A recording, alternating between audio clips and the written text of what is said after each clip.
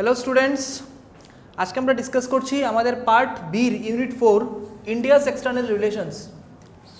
এই যে ইউনিটটা আছে এই ইউনিটের মধ্যে আমরা বেসিক্যালি ডিসকাস করব যে স্বাধীনতার পর after the independence of India বাকি পৃথিবীর যে বিভিন্ন দেশগুলো আছে থ্রু আউট দ্য ওয়ার্ল্ড, যে বাকি যে মানে ফরেন কান্ট্রিজগুলো আছে সেই ফরেন কান্ট্রিজগুলোর সাথে ইন্ডিয়ার কি রিলেশন আছে বা ফরেন কান্ট্রিজগুলোর সাথে রিলেশনটা তৈরি করার ক্ষেত্রে ইন্ডিয়া কি প্রিন্সিপাল বা পলিসির উপর কাজ করছিল সেটাই হচ্ছে আমাদের এই ইউনিটের ডিসকাশনের মূল বিষয়বস্তু। এই যে India's external relation after the independence of India, India দুটো মানে ফরেন পলিসির ক্ষেত্রে বিদেশের বিভিন্ন দেশের সাথে সম্পর্ক রাখার ক্ষেত্রে ইন্ডিয়া দুটো পলিসি নিয়েছিল। সেই দুটো পলিসি হচ্ছে, ফার্স্ট পলিসিটা হচ্ছে মানে যে দুটো পলিসির উপর ভিত্তি করে ইন্ডিয়ার তার ফরেন পলিসিটাকে ফ্রেম করেছিল সেটা হচ্ছে respect for sovereignty of all nations, respect for sovereignty of all nations, আর নাম্বার 2 হচ্ছে achievement of security through maintenance of peace।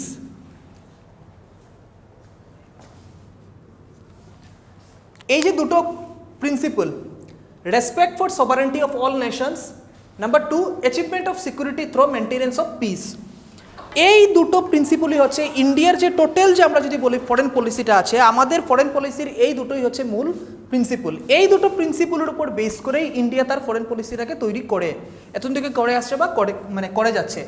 তো ফার্স্ট পয়েন্টের মধ্যে respect for sovereignty of all Nations, India things what, India things that, India believes that যে বাকি যে দেশগুলো আছে সেই দেশগুলোর যে সভারেন্টি আছে সেই দেশের সভারেন্টিকে আমরা রেসপেক্ট করব।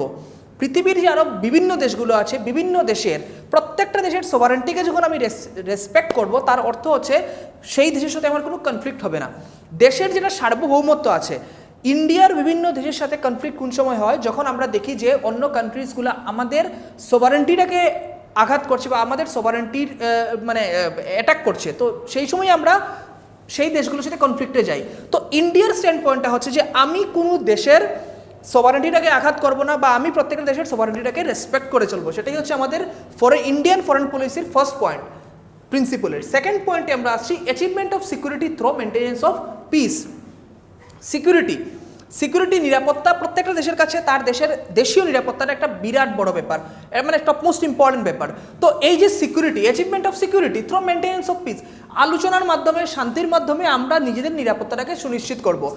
ভায়োলেন্ট যেটা ক্লেশ আছে, India believes in non violence, India non violence মেথডের মধ্যে বিশ্বাস করে, তাই ইন্ডিয়া বিলিভ করে যে শান্তির মাধ্যমে আলোচনা এবং পিস, ডায়ালগ অ্যান্ড ডিসকাশন এর মাধ্যমে মানে থ্রু পিস আমরা নিজের সিকিউরিটিটাকে অ্যাচিভ করবো। আমার সিকিউরিটির জন্য যা যা প্রয়োজনীয়তা আছে সেটা আমি নন ভায়োলেন্ট ওয়েতে থ্রু ডায়ালগ ডিসকাশন মানে পিসফুল ম্যানারে সেটা আমি অ্যাচিভ করব। তো এটাই এই যে দুটো পলিসি আছে, প্রিন্সিপাল আছে, এই দুটো প্রিন্সিপাল হচ্ছে ইন্ডিয়ান ফরেন পলিসির এজ এ হোল আমরা যদি বলি জিস্ট হচ্ছে এই দুটো প্রিন্সিপাল। এই দুটো প্রিন্সিপাল বেস করেই ইন্ডিয়া তার ফরেন পলিসিটাকে নির্ণয় করে। এখন ফরেন পলিসিটা আমি আগে বলেছি যে একটা দেশ অন্য দেশের সাথে কীভাবে সম্পর্ক রাখে সেটাই হচ্ছে ফরেন পলিসি, কী কী ব্যাপারের উপর ভিত্তি করে ফরেন পলিসি মানে তৈরি হয়। এখন এই যে বিভিন্ন কিছুর উপর ভিত্তি করে একটা কান্ট্রি আর একটা কান্ট্রির সাথে ফরেন পলিসিটা তৈরি করে, ইন্ডিয়া যেভাবে বাকি দেশগুলোর সাথে তার ফরেন পলিসিটা তৈরি করে বিভিন্ন ফ্যাক্টরের উপর ভিত্তি করে, অন্য কান্ট্রিগুলোও ইন্ডিয়ার সাথে তার ফরেন পলিসিটাও বিভিন্ন বিষয়ের উপর তৈরি করে। তো ফরেন পলিসিটার দুটো ফ্যাক্টর আছে, মানে দুটো ফ্যাক্টরের উপর ভিত্তি করেই বা কিছু ফ্যাক্টরের উপর ভিত্তি করেন ফরেন পলিসিটা জেনারেলি তৈরি হয়। ফার্স্ট আছে সেটা হচ্ছে ইন্টারনাল ফ্যাক্টর। ফার্স্টে আমাদের বুঝতে হবে ইন্টারনাল ফ্যাক্টরের মধ্যে কি আছে। মেইনলি এখানে আছে জিওগ্রাফি, হিস্ট্রি, কালচার, এক্সেট্রা, এইগুলো হচ্ছে আমাদের ইন্টারনাল ফ্যাক্টর। সেকেন্ডে আসছে এক্সটার্নাল ফ্যাক্টর, এক্সটার্নাল ফ্যাক্টরগুলোর মধ্যে আছে পাবলিক অপিনিয়ন,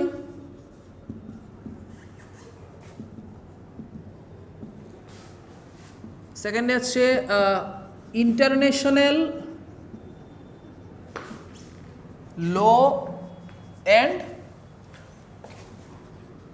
অর্গানাইজেশন এক্সেট্রা। একটা ফরেন পলিসি যখন তৈরি হয়, যে কোনো কান্ট্রি তার ফরেন পলিসিটাকে যখন তৈরি করে, সে দুটো বিষয়ের উপর ভিত্তি করে, মানে কিছু ফ্যাক্টরের উপর ভিত্তি করে ফরেন পলিসিটা তৈরি হয়। এই ফ্যাক্টরগুলোকে আমরা ইন্টারনাল ফ্যাক্টরও কিছু আছে, এক্সটার্নাল ফ্যাক্টরও আছে। ইন্টারনাল ফ্যাক্টরগুলোর মধ্যে কি আছে? Geography, history, culture. একটা দেশ যখন তার ফরেন পলিসিটাকে তৈরি করে, তখন সেই দেশের জিওগ্রাফি, তার কি জিওগ্রাফিক্যাল লোকেশনটা আছে, তার জিওগ্রাফিটা কি আছে, সেটার উপর ভিত্তি করে তৈরি হয়। অর্থাৎ মানে একটা খুব বড় একটা কান্ট্রি আর খুব ছোট একটা কান্ট্রি, বা কোন কান্ট্রি কোন জায়গার মধ্যে অবস্থান করছে।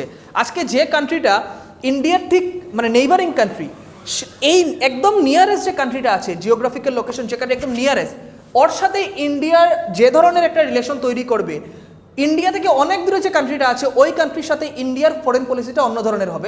এটা কেবল ইন্ডিয়া নয়, যে কোনো কান্ট্রি একদম নিয়ারেস্ট যে কান্ট্রিটা আছে ওর সাথে যে ধরনের একটা নেইবারহুড পলিসি তৈরি করে, নেইবারিং কান্ট্রিজগুলোর সাথে জেনারেলি যে ধরনের পলিসি ফরমেশন হয়, একটু দূরে যে কান্ট্রিগুলো আছে ওদের সাথে অন্য ধরনের পলিসিটা ফর্মুলেশন হয়। তো এইগুলো জিওগ্রাফি, হিস্ট্রি, কার কি হিস্ট্রি আছে, হিস্ট্রি একটা অনেক ইম্পর্টেন্ট ব্যাপার। ইতিহাসটাকে স্টাডি করতে হয় আমাদের, যে এই কান্ট্রির কি হিস্ট্রি আছে। অ্যান্ড কালচার, কালচার আমরা জানি সংস্কৃতি, অনেক দেশের সাথে আমাদের একটা কালচারাল একটা মিল আছে, অনেক দেশের সাথে আমরা কালচারালি আমাদের কোনো ধরনের মিল নেই, টোটালি ডাইভার্স। তো এই ধরনের বিভিন্ন ইস্যুসের উপর বেস করে কি হয়, ফরেন পলিসিটা তৈরি হয়। তো ইন্টারনাল ফ্যাক্টর, ফরেন পলিসিটা কিছু ফ্যাক্টরের উপর ডিপেন্ড করে, সেই ফ্যাক্টরগুলোকে দুই ভাগে ভাগ করা যায়। ফার্স্ট হচ্ছে ইন্টারনাল ফ্যাক্টর, ইন্টারনাল ফ্যাক্টরের মধ্যে চলে আসছে জিওগ্রাফি, হিস্ট্রি, কালচার, বেসিক্যালি এইগুলোই। নেক্সট আমরা আসছি এক্সটার্নাল ফ্যাক্টরের মধ্যে, কিছু ফ্যাক্টর যেগুলো এক্সটার্নাল, তার মধ্যে আছে পাবলিক অপিনিয়ন, মানে সাধারণ মানুষের অপিনিয়নটা কি আছে, সাধারণ মানুষের মতামতের উপর ভিত্তি করে অনেক সময় সরকার কি করে ফরেন পলিসিটা তৈরি করার ক্ষেত্রে কমন পিপুলের যেটা অপিনিয়নটা আছে সেটা অনেক সময় ম্যাটার করে। তো পাবলিক অপিনিয়ন।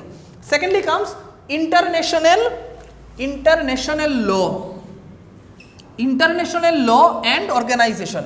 তো এই যে ইন্টারন্যাশনাল ল অ্যান্ড অর্গানাইজেশন, পৃথিবীর মধ্যে পুরো মানে পৃথিবীর আন্তর্জাতিক স্তরে কিছু লজ আছে, আমাদের যেগুলো আন্তর্জাতিক যেগুলো মানে ইন্টারন্যাশনাল যেগুলো অর্গানাইজেশনগুলো আছে, সেই অর্গানাইজেশন, বিভিন্ন অর্গানাইজেশন আছে, প্রত্যেকগুলো অর্গানাইজেশনের কিছু নিয়মনীতি আছে, কিন্তু রুলস রেগুলেশন আছে। এবং আমাদের এই পৃথিবীতে কিছু আমাদের ইন্টারন্যাশনাল লজ আছে, যে আন্তর্জাতিক স্তরে কিছু ল, যে লগুলো প্রত্যেকটা কান্ট্রিকে, ওয়ার্ল্ডের প্রত্যেকটা কান্ট্রিকে যে লগুলো মানতে হয়। তো সেগুলো হচ্ছে ইন্টারন্যাশনাল ল অ্যান্ড অর্গানাইজেশন। তো এক্সটার্নাল ফ্যাক্টরের মধ্যে আবার আমাদের কি আসছে, public opinion, international law and organization, এগুলো হচ্ছে আমাদের ফরেন পলিসির এক্সটার্নাল ফ্যাক্টর। তো এটা হচ্ছে আমাদের মানে হোয়াট ইজ ফরেন পলিসি, বা ফরেন পলিসি কি ফ্যাক্টরের উপর বেস করে তৈরি হয়, বা ইন্ডিয়ান ফরেন পলিসির কি প্রিন্সিপল আছে, এটা আমরা স্টাডি করলাম। এখন আমাদেরকে বুঝতে হবে যে ইন্ডিয়ার যে ফরেন পলিসিটা, ইন্ডিয়ান ফরেন পলিসির যে চিফ আর্কিটেক্ট, অর্থাৎ স্বাধীনতার ঠিক পর আফটার ইন্ডিপেন্ডেন্স দেশের যে ফরেন পলিসিটা যেটা তৈরি হয়েছিল, সেই পলিসিটা তৈরি করেছিলেন জওহরলাল নেহেরু, আমাদের first prime minister. Jawaharlal Nehru আমাদের first prime minister, as well as সেই সময় উনি ফরেন মিনিস্টারও ছিলেন, বিদেশমন্ত্রীও, নেহেরু নিজে বিদেশমন্ত্রীও ছিলেন। তো জওহরলাল নেহেরু উনি হচ্ছেন chief architect of India's foreign policy. আমাদের দেশে যে ফরেন পলিসি আছে সেই ফরেন পলিসির চিফ আর্কিটেক্ট বলা হয় জওহরলাল নেহেরুকে। নেহেরু উনার বুদ্ধি দিয়ে সেই সময় সরকারের প্রধান হিসাবে বা দেশের প্রধানমন্ত্রী হিসাবে দেশের ফরেন পলিসিটাকে তৈরি করেছিলেন। এখন নেহেরুর যে ফরেন পলিসিটা ছিল, নেহেরুর ফরেন পলিসির তিনটা মেইন ফ্যাক্টর ছিল। এইগুলো হচ্ছে,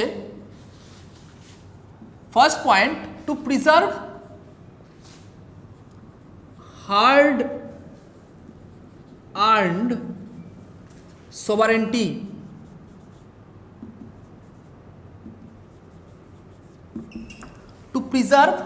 to preserve hard earned sovereignty. Number 2, to protect territorial integrity.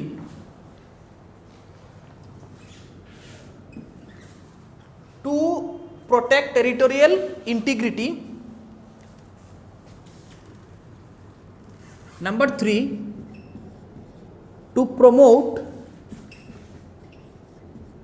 rapid economic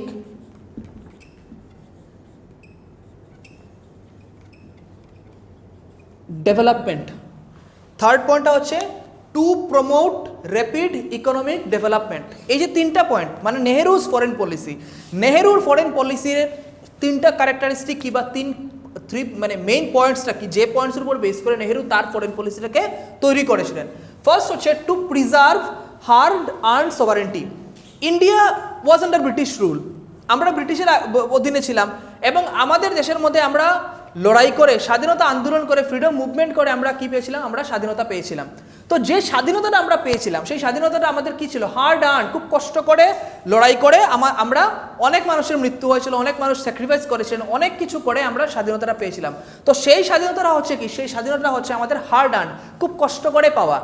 তো দ্যাট ইজ ওয়াই যে কষ্ট করে যে আমরা স্বাধীনতাটা পেয়েছি সেই স্বাধীনতাটাকে যাতে ধরে রাখা যায়, আমাদের দেশ যাতে আবার যাতে পরাধীন না হয় তাই জন্য ব্যবস্থাটা নেওয়া। তো ফার্স্ট পয়েন্টটা কি, two preserve hard earned sovereignty. Sovereignty মানে সার্বভৌমত্ব, অর্থাৎ আমাদের দেশের যে সার্বভৌমত্বটা আছে সেই সার্বভৌমত্বটাকে আমরা যাতে প্রিজার্ভ করে রাখি, সেটা যাতে আবার বিদেশিদের দখলে চলে যেতে না পারে বা আমাদের দেশ যাতে আবার কোনো ফরেন রুলার্সের অধীনে চলে যেতে না পারে, তাই একবার যে স্বাধীনতা পেয়েছি সেই স্বাধীনতাটাকে আমরা ধরে রাখবো।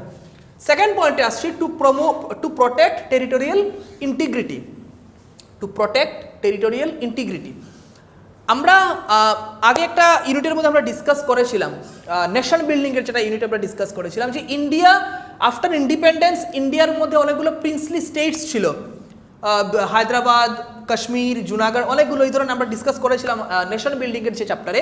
ওইখানে আমরা দেখেছিলাম যে ইন্ডিয়ার মধ্যে অনেকগুলো প্রিন্সলি স্টেট ছিল যেগুলো ইন্ডিয়ার মধ্যে মানে ইন্ডিপেন্ডেন্ট স্ট্যাটাস নিয়েছিল। তো এই যে স্টেটসগুলো ছিল, এই স্টেটসগুলো যাতে কোনো ফরেন কোনো কান্ট্রির মোটিভেশনে যাতে ইন্ডিয়া থেকে সরে যেতে না পারে বা কোনো ধরনের যাতে প্রবলেম দেশের মধ্যে তৈরি না হয়, তার জন্যই এটা হলো টু প্রোটেক্ট টেরিটোরিয়াল ইন্টিগ্রিটি। নিজের দেশের মধ্যে আমার যে ফরেন পলিসিটা তৈরি হবে তার কাজ থাকবে যে আমার যে নিজের দেশের মধ্যে যে একটা ইন্টিগ্রিটি, টেরিটোরিয়াল ইন্টিগ্রিটি অর্থাৎ আমার উইদিন মাই কান্ট্রি যে বিভিন্ন ধরনের আমরা জানি যে হায়দ্রাবাদ, জুনাগড় এইগুলো, কাশ্মীর এইগুলো ইন্ডিপেন্ডেন্ট স্ট্যাটাস ছিল একটা সময়, বাট পরবর্তীতে গভর্নমেন্ট অফ ইন্ডিয়া এইগুলোকে পুরোপুরি ইন্ডিয়ার সাথে মার্জ করে নেয়। তো এই যে মার্জিংটা সেটা হচ্ছে টেরিটোরিয়াল ইন্টিগ্রিটি। নিজের দেশের মধ্যে ইন্টারনালি আমি মানে এমন আমার দেশে যে ফরেন পলিসিটা হবে সেই পলিসিটা এমনভাবে হয়েছে যার মাধ্যমে আমার দেশের মধ্যে যাতে কোনো ধরনের মানে ইন্ডিয়া থেকে বেরিয়ে যাওয়ার বা ইন্ডিয়ার ইন্টারনাল যাতে কোনো প্রবলেম তৈরি না হয়, that is two protect territorial integrity. And lastly comes number 3, two promote rapid economic development. India একটা আমরা জানি যে একটা সময় ইন্ডিয়া খুব মানে সোনার পাখি বা বলা হতো ইন্ডিয়াকে, মানে আমরা ইকোনমিক্যালি আমরা খুব সাউন্ড ছিলাম, but due to foreign rulers, Mughals এর ইনভেশন ইন্ডিয়ার মধ্যে ছিল, ব্রিটিশরা ইন্ডিয়াকে 200 ইয়ার্স রুল করেছিল। তো এর ফলে কি হলো, ইন্ডিয়ার অনেক ক্যাপিটাল বা মানে আমাদের অনেক রিসোর্স ফরেনাররা নিয়ে চলে গেল। সো অ্যাজ এ রেজাল্ট আমরা নিজের দেশের মধ্যে কি হলো, আমাদের নিজের দেশের ইকোনমিক কন্ডিশনটা খুব খারাপ হয়ে গেল। তো নেহেরুর ফরেন পলিসির যেটা আরেকটা যেটা এম ছিল যে two promote rapid economic development. আমার ফরেন পলিসি দেশের মধ্যে যে ফরেন পলিসিটা তৈরি হবে সেই ফরেন পলিসির একটা উদ্দেশ্য থাকবে যে কীভাবে আমার নিজের দেশের ইকোনমিক ডেভেলপমেন্টটাকে এনশিওর করা যায়। তো এই যে তিনটা, to preserve hard earned sovereignty, to protect territorial integrity, to promote rapid economic development, এই তিনটাই হচ্ছে নেহেরুর ফরেন পলিসির মূল বিষয়। What are the main points of Nehru's foreign policy, এই তিনটা হচ্ছে নেহেরুর ফরেন পলিসির মূল বিষয়। বাকি আমাদের এই ইউনিটের মধ্যে আমরা যদি আরেকটু ডিসকাস করি, এর পরের যে নেক্সট যে পয়েন্টটা আছে আমাদের নেক্সট পয়েন্টের মধ্যে আছে নাম আমরা অলরেডি ডিসকাস করে নিয়েছি এই ইউনিটের মধ্যে, নতুন করে ডিসকাশনের কিছু নেই। তারপর আমি একটু বলে দিচ্ছি নামটা হচ্ছে নন অ্যালাইনমেন্ট মুভমেন্ট। নন অ্যালাইনমেন্ট মুভমেন্ট কী ছিল, যে ডিউরিং কোল্ড ওয়ার ওয়ার্ল্ডটা দুইটা ভাগে ভাগ ছিল, একদিকে আমেরিকান ব্লক, একদিকে রাশিয়ান ব্লক। তো ইন্ডিয়ার স্ট্যান্ড পয়েন্টটা কী ছিল, ইন্ডিয়ার স্ট্যান্ড পয়েন্টটা ছিল যে আমি আমেরিকান ব্লকের সাথেও জয়েন করবো না, রাশিয়ান ব্লকের সাথে আমি জয়েন করব না। ইউএসএ অ্যান্ড ইউএসএসআর দুটো দিক থেকে ইন্ডিয়া কি থাকবে, মানে দুটো দিক থেকে ইন্ডিয়া ডিস্টেন্স মেনটেন করে ইন্ডিয়ার একটা ইন্ডিপেন্ডেন্ট পজিশন থাকবে, যেটা ছিল নন অ্যালাইনমেন্ট মুভমেন্ট। নন অ্যালাইনমেন্ট মুভমেন্টের কো ফাউন্ডার হচ্ছে নেহেরু। ইন্ডিয়া ছাড়া আরও 5টা দেশ মিলে নন অ্যালাইনমেন্ট মুভমেন্ট এই ফোরাম তৈরি হয়েছিল, আমরা আগে ডিসকাস করেছি। এবং এটার মধ্যে নেহেরু ছিলেন আমাদের মানে আমাদের ফার্স্ট প্রাইম মিনিস্টার নেহেরু ছিলেন সেটার মধ্যে one of the co founder of নাম। তো নাম ইন্ডিয়ার ফরেন পলিসির ফর্মুলেশনের ক্ষেত্রে নামের একটা বিরাট ভূমিকা ছিল।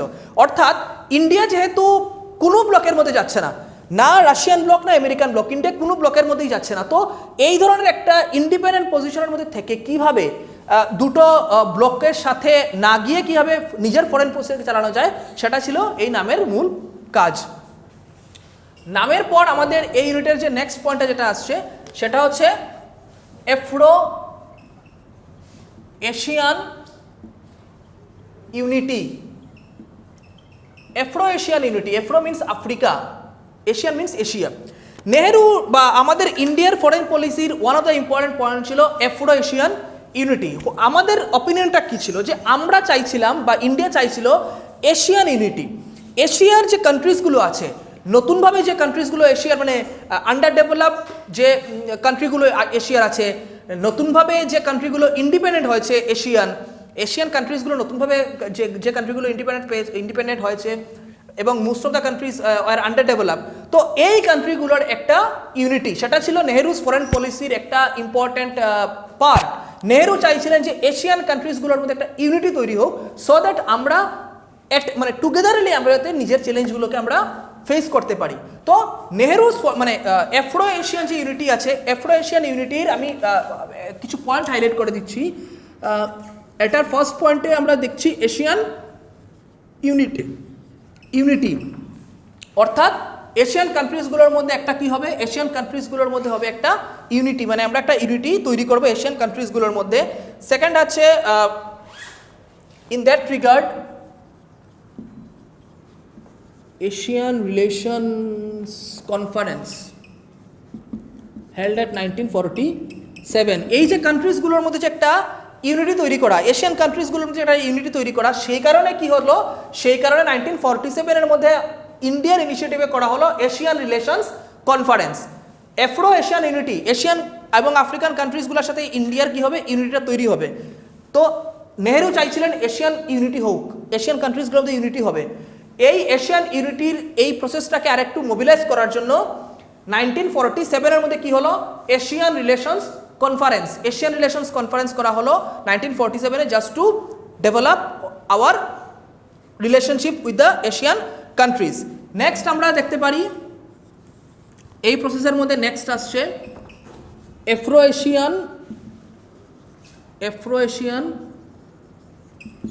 এশিয়ান কনফারেন্স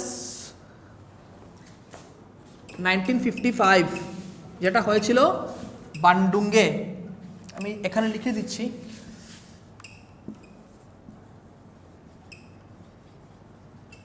ইন্দোনেশিয়ার বান্ডুং শহরে হয়েছিল 1955-এর মধ্যে একটা কনফারেন্স হয়েছিল, এফ্রো এশিয়ান কনফারেন্স, অর্থাৎ আফ্রিকান কান্ট্রিজগুলো এবং এশিয়ান কিছু কান্ট্রিজ নিয়ে এই আফ্রিকার এবং এশিয়ার কান্ট্রিজগুলো মিলে একটা কনফারেন্স করেছিল 1955-এর মধ্যে, সেটা হচ্ছে বান্ডুং যে অঞ্চলটা সেটা হচ্ছে ইন্দোনেশিয়ার মধ্যে 1955-এর মধ্যে কি হলো, 1955-এর মধ্যে বান্ডুং কনফারেন্স হলো। উদ্দেশ্য একটাই, হাউ টু মানে জাস্ট টু ডেভেলপ মানে আফ্রিকান এবং এশিয়ান কান্ট্রিজগুলোতে একটা ইউনিটিকে ডেভেলপ করার জন্যই এই কনফারেন্স মানে করা হলো। এবং এই যে এফ্রো এশিয়ান কনফারেন্স 1955-এ হলো, বান্ডুং কনফারেন্স, যেটাকে মানে অন্য নামে আমরা জানি, যেটা মানে অন্য একটা নাম হচ্ছে যেটাকে বলা হয় বান্ডুং কনফারেন্স। এই বান্ডুং কনফারেন্স থেকেই কিন্তু আলটিমেটলি নাম নন অ্যালাইনমেন্ট মুভমেন্টের যেটা এস্টাবলিশমেন্ট হলো, এই বান্ডুং কনফারেন্সের মধ্যেই কিন্তু নামের মানে বান্ডুং কনফারেন্সের একটা রেজাল্ট হচ্ছে নাম, নন অ্যালাইনমেন্ট মুভমেন্ট। আমি যদি মানে নেক্সট পয়েন্টে যদি বলি, এটা রেজাল্ট হচ্ছে নামের ফার্স্ট কনফারেন্স হয়েছিল 1961-এর মধ্যে এট বেলগ্রেড। অর্থাৎ এফ্রো এশিয়ান ইউনিটিকে আমি আবার যদি সাম আপ করি, এফ্রো মানে African, Asia means Asian countries. আচ্ছা, এখানে আমাদের আরেকটা জিনিস মিস হয়ে গেছে, সেটা হচ্ছে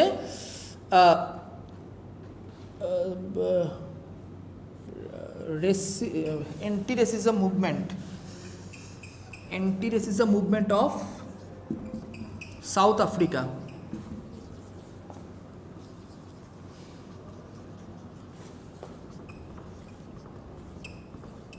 এটা আমি লিখেছি যে anti racism movement of South Africa. Africa আর সাউথ আফ্রিকা মানে একটা মোস্ট পপুলার আফ্রিকান কান্ট্রিজ আমরা জানি। সেই আফ্রিকার মধ্যে আগে ব্ল্যাক এবং হোয়াইট রেসিজম নিয়ে একটা প্রবলেম ছিল। আগে সেই আফ্রিকার মধ্যে মানে যারা ব্ল্যাক পিপুল যারা ছিলেন, কালো, যাদের গায়ের রং কালো ছিল, ওদেরকে মানে খুব অত্যাচার করা হতো, ওদেরকে মানে মানে এডিকুয়েট মানে ফেসিলিটিস ওরা পেতো না, ওদের সাথে বৈষম্য ডিসক্রিমিনেশনটা ছিল প্রচণ্ড বেশি। আফ্রিকার মধ্যে সাউথ আফ্রিকার মধ্যে ব্ল্যাক মানুষদের উপর মানে খুব বেশি ডিসক্রিমিনেশন ছিল, মানে একটা রেসিজম ছিল। তো এই যে রেসিজমটা ছিল, সেই রেসিজমের বিরুদ্ধে যে মুভমেন্টটা সাউথ আফ্রিকার মধ্যে হয়েছিল, সাউথ আফ্রিকার যারা ব্ল্যাক পিপুলরা ছিলেন একটা মুভমেন্ট করেছিলেন, মানে বিরাট বড় মুভমেন্ট ছিল। তো এই মুভমেন্টটাকেও কিন্তু ইন্ডিয়া সাপোর্ট করেছিল। ইন্ডিয়া কিন্তু সেই মুভমেন্টের সাপোর্টে ছিল যে সাউথ আফ্রিকার মধ্যে যাতে ব্ল্যাক এবং হোয়াইটের মধ্যে সেই ধরনের রেসিজমটা না থাকে। তো এই হচ্ছে আফ্রো এশিয়ান ইউনিটির যদি আমরা বলি, ফার্স্ট ইন্ডিয়া চাইছিল এশিয়ান ইউনিটি, এশিয়ান কান্ট্রিজগুলোর মধ্যে একটা ইউনিটি। সেকেন্ডলি এই ইউনিটির জন্য এশিয়ান রিলেশনস কনফারেন্স হয়েছিল 1947-এর মধ্যে। এই এশিয়ান রিলেশন কনফারেন্সের পর আফ্রিকা এবং এশিয়ান কান্ট্রিজগুলোকে নিয়ে আফ্রো এশিয়ান কনফারেন্স হয়েছিল 1955-এর মধ্যে, যেটা হয়েছিল বান্ডুং ইন্দোনেশিয়ার মধ্যে। এবং এই যে 1955-এর মধ্যে বান্ডুং কনফারেন্স ছিল, তার থেকেই পরবর্তী জন্ম হলো নাম নন অ্যালাইনমেন্ট মুভমেন্ট 1961-এ, যেটার ফার্স্ট সামিট হয়েছিল, নামের ফার্স্ট সামিট হয়েছিল 1961-এর মধ্যে। লাস্ট পয়েন্টে যদি আমরা ডিসকাস করি, সেটা হচ্ছে যে ইন্ডিয়া সাপোর্টেড রেসিজমের উপর বেস করে যে ইন্ডিয়ার মানে সাউথ আফ্রিকার মধ্যে যে মুভমেন্টটা হয়েছিল রেসিজমের বিরুদ্ধে, ব্ল্যাক পিপুলরা করেছিল, সেই মুভমেন্টের সাপোর্ট কিন্তু ইন্ডিয়া করেছিল। তো এটা এতটুকু হচ্ছে আমাদের আফ্রো এশিয়ান মুভমেন্ট। বাকি ইউনিটের মধ্যে যেটা আছে আমরা এটা নেক্সট ক্লাসে কন্টিনিউ করবো।